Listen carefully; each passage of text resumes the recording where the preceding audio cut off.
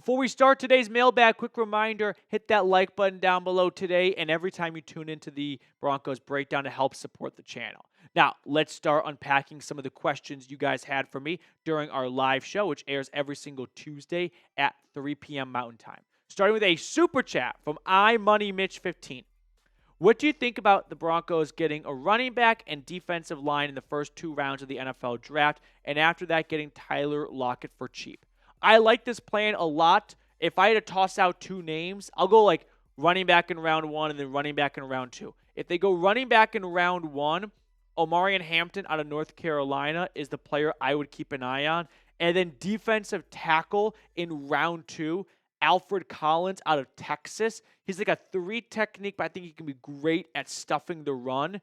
May not have a great amount of pass rush upside, but I think Nik Bonnito is like pretty good at that, so you should be okay.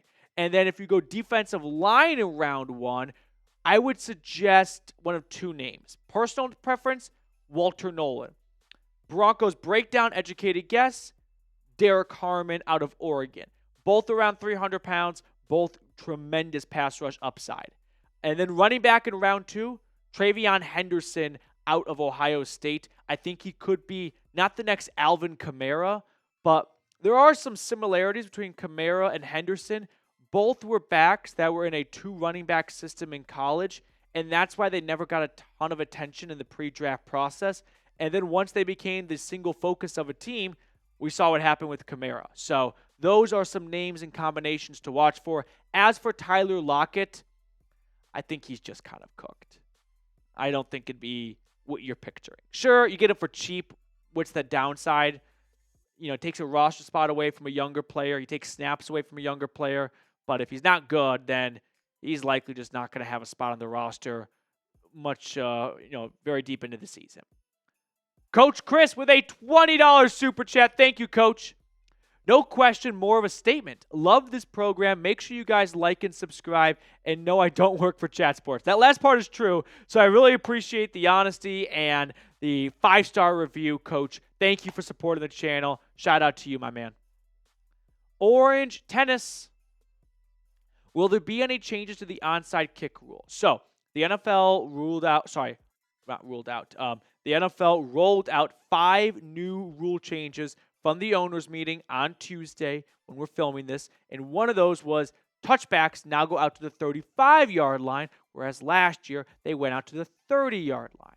That's going to incentivize teams to kick it more into the landing zone and create more kick returns. Great for Marvin Mims. No. There will be no changes to the onside kick rule for now. Doesn't mean that things can't change at a future date, but as of this moment, no.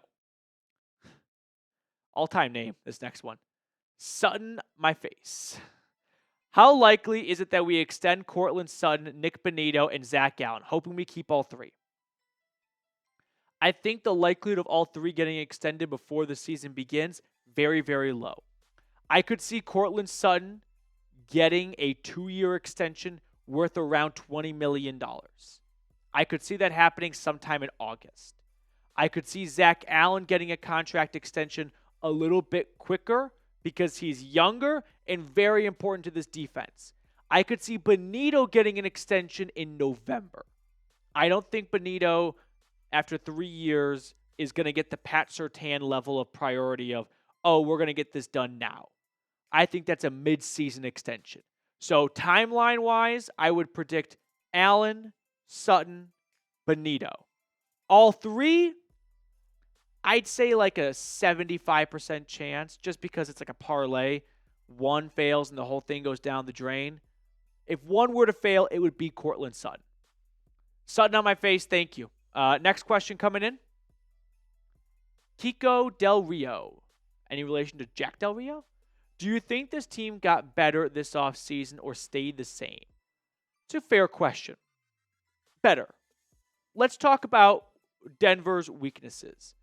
And let's root it back to the playoff game. Because that was the last thing we saw from them. I saw a defense not be able to really go for 4 quarters. How do they address that? Well, they brought in an all-pro safety in Talanoa Hufanga and a linebacker that the Niners wanted back so badly, they flew to his private residence in Dallas, Texas, to persuade him at the 11th hour and were unsuccessful. That's how much Dre Greenlaw, your new starting middle linebacker, meant to his old team.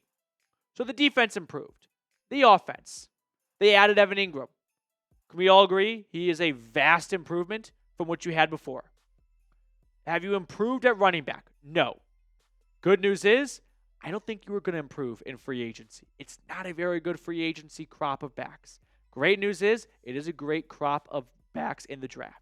So that is the last piece of the puzzle that has to be filled, and I expect it to be filled in the first 2 rounds of the draft. General Payton, is Kenneth Walker available for a trade? I wouldn't even say there's been like trade rumors for Kenneth Walker. Maybe like a step below it. Trade buzz, trade chatter between the Seahawks and the Raiders for Pete Carroll to get Kenneth Walker to his new team in Las Vegas. I could see a world where Seattle moves on from Walker. Last year, he missed some time, so that's going to factor in a little bit. He only has 1 year left on his contract, so if Seattle does not envision paying him and they want to get a pick and they're confident in Zach Charbonnet, they could look at it as, hey, Charbonnet, and we reset the rookie contract at the running back spot and draft someone this year, and we're ready to roll, and we don't have to pay Walker next offseason or let him go in free agency and get very little for him, maybe a comp pick. So I know everyone's looking for a running back. I would urge you, General, to be patient and wait for the draft. But let me know if you would trade for Kenneth Walker. If I find out tomorrow Denver trades for him, I won't be too upset if I know what they gave up for him. But I'm more team wait for the draft. Matthew Frey, Cam Scattaboo. If you want him in round 4, sure. I don't think he goes in the first 2 days of the draft. I think teams are going to look at him as this will sound like an insult, like a Peyton Hillis light. I don't think he's as fast as Hillis. I'm basically just thinking of like white running backs who are kind of bowling balls. And there's really a short list of examples here. So I don't believe he's going to be a first, second, or third round pick. I'd say it's more likely he goes round 5 than round 3. And in round 5, I'm not opposed to Denver adding 2 backs in the draft. I think this running back room should be on thin ice. Everyone in it. So you drafted someone, I wouldn't say similar in Audric Estime, but that's another big kind of bruising back, not a speedster. So you may not be diversifying your running back portfolio super well. Richie Baez. Do you think the Broncos get a center in the first 3 rounds of the draft? No. It's not a very good center draft. So don't reach on one. If you want a center, wait until day 3. You found Luke Wattenberg in round 5, and I'd be okay with trying again somewhere in that territory. If there was a ton of great centers in this draft, then yeah, sure, that's kind of like the last missing piece of the offensive line. But you're probably not going to actually improve that position with a center in round 3. So you could improve a different position in round 3. I'd rather go that route. Danny, you're on screen. More likely scenario, Denver trades up or Denver trades back? I'm going to say Denver trades up. The reason being is I don't think you're going to find a lot of takers for pick number 20. It's not a very I don't want to say good or great draft class. It's just not a star-studded draft class. Like, you got the draft classes of like Joe Burrow and Justin Jefferson, Jerry Jeudy. Like, there's not that type of firepower in this class. So I don't think teams are going to be giving up more than what they should for the 20th overall pick. Whereas I could see Denver jumping up 5, 6, 7 spots if they really want one of Colston Loveland, Tyler Warren, or Ashton Genty. And for some reason, one of those guys is still there at 14 or 15, which I could see Loveland still being there, and that would not be a stretch in my eyes. Dakota, which Broncos game are you guys most excited for this season? Okay, let's look at the Broncos, not schedule, but opponents. Oh, I already know the answer. It's Giants. Russell Wilson and the Giants come to town. I'm going to predict right now that's week 1. Last year, think about it. 2 years ago, Yeah, 2 years ago. Oh, no, was it 3 years ago? Time flies. 3 years ago, Hackett and Russ opened up the season in Seattle, right? Russell Wilson goes back to the Seahawks. Then last year, the NFL schedule makers had Steelers Broncos week 2, with everyone expecting Russell Wilson to start. I think early on, they want to save some of those marquee matchups, the Chiefs Bills, Eagles, Chiefs, Eagles, Bills, those kind of like heavyweight clashes for weeks 10 and beyond to make sure they don't bust their load early on. And so they could have some of the more drama-filled matchups of like the tabloid, revenge game early in the season. So shoot my shot right now, Dakota.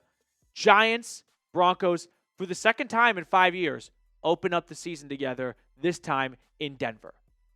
All right, before we move on to the other questions on today's mailbag, make sure you check out our friends over at Fanatics. We have an awesome deal going on for this Broncos draft hat. Just go to chatsports.com/DEN draft. I put that link for you all because I'm sure you already forgot it in the comments and description of today's video. So check them out if you want to get a Broncos draft hat before the NFL draft kicks off. Next question coming in from the Lord of Liberty. Should Denver go defensive line and wait until round 2 for a running back? George Paton did say that they are very confident in finding it backs in rounds 2 through 6. Think about it this way. I kind of give the example of like a fantasy football draft. What do you feel like is a better combination? A quarterback in round 5 and a running back in round 10? Or a running back in round 5 and a quarterback in round 10? Personally, I think the latter. I think you get more points out of running back and quarterback in that order than quarterback and running back. Now, I bring this up because what if Denver looks at the draft board and goes, man, the running backs that are going to be there in round 2 tower over the defensive linemen that will be there in round 2. So what's best for the team might be defensive tackle in round 1 and then slight drop off with running back in round 2 versus running back in round 1 and then bigger drop off in defensive tackle in round 2. Personally, I'd rather go get your number 1 back. I'd rather not mess around. If your number 1 back happens to be someone you think is going to be there in round 2, then by all means, wait and draft him then. But if you like Hampton or Johnson a ton, I think running back is a big enough need for this team where maybe it's not the greatest 1-2 combination, but that's how important the running back position is to me for Bo Nix in year 2. Aiden, how would you feel about a trade down out of the first round and drafting somebody like Caleb Johnson or one of the Ohio State running backs in the early second while picking up extra draft picks? I would not be too opposed to trading back from number 20. Every NFL fan says, I'd like to trade down because more picks is usually more fun. You can go back and look at some notable trades of like trade down when you get a bunch of picks. Like, for example, the Titans and Rams, when the Rams traded up to get Jared Goff, all the picks the Titans got, most of them turned into nothing. So quality is actually more important than we give it credit for in the draft. But Caleb Johnson is my second back in this draft after Ashton Genty. So if you're telling me more picks and they get Johnson, yeah, where do I sign? Super chat coming in from Sutton, my face, making Coach Chris energy with another 20 Broncos, baby. Sutton, thank you very much. Appreciate your support of the channel. Everyone spam Sutton in the chat. And then we got another super chat coming in from Coach Chris, and we can end on this one here. Matching Sutton, my face. That name is hilarious. Go Broncos. Let's keep the lights on in this place. You guys are the best. Thank you so much for going above and beyond to support the channel with your generosity. That's going to do it for us on today's mailbag. If I did not get to your question, I'm sorry. You can feel free to leave it in the comment section, or you can come back next week for our live show Tuesday afternoon.